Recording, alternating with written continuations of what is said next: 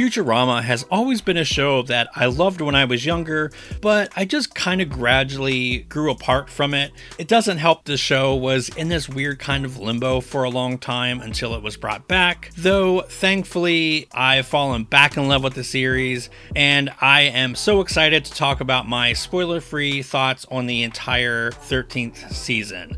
So it's difficult to completely capture the flavor of a show that launched in 1999. There has been many other reboots recently, which mostly fall short. However, much like the revival of King of the Hill, this season of Futurama manages to invoke those same old school vibes I remember fondly from the show. All this while still injecting some modern commentary, which works and doesn't work, but more on that later.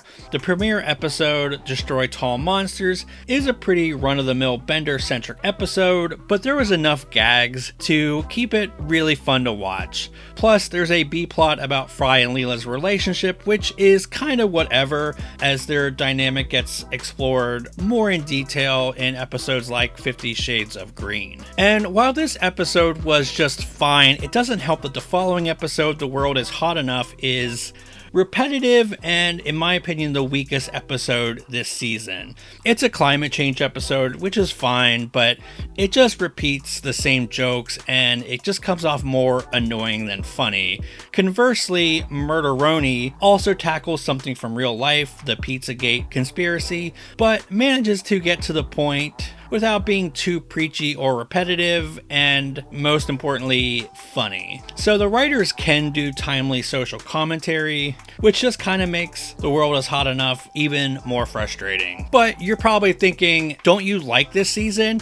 And yes, even with some of the duds, there is enough going on to keep me entertained. And you have highlights like the White Worm, which takes this premise of, when do we get to the fireworks factory, something coined by The Simpsons / Matt Groening of Futurama, of course, and actually makes it really funny. Like, you keep waiting to get to the punchline, but then you realize that that's kind of not the point, and I love it.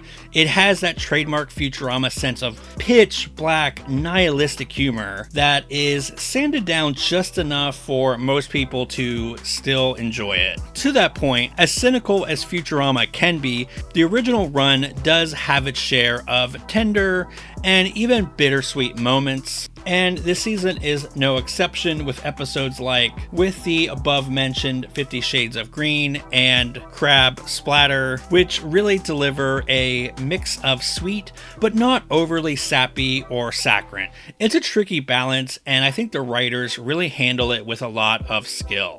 Season 13 of Futurama doesn't do anything terribly new or even inventive, but I still overall enjoyed it. It just gave me that feeling of watching Futurama back when it was still airing, and that was really cool. I mean, I really enjoyed kind of it instilling that feeling after so many years. I probably watch each episode 2 or 3 times for these reviews, and it just honestly didn't feel like a chore to me. Even the episodes that I thought were a little bit on the weaker side, there still was enough gags and really fun humor that I just didn't get sick of it. So that's gotta count for something.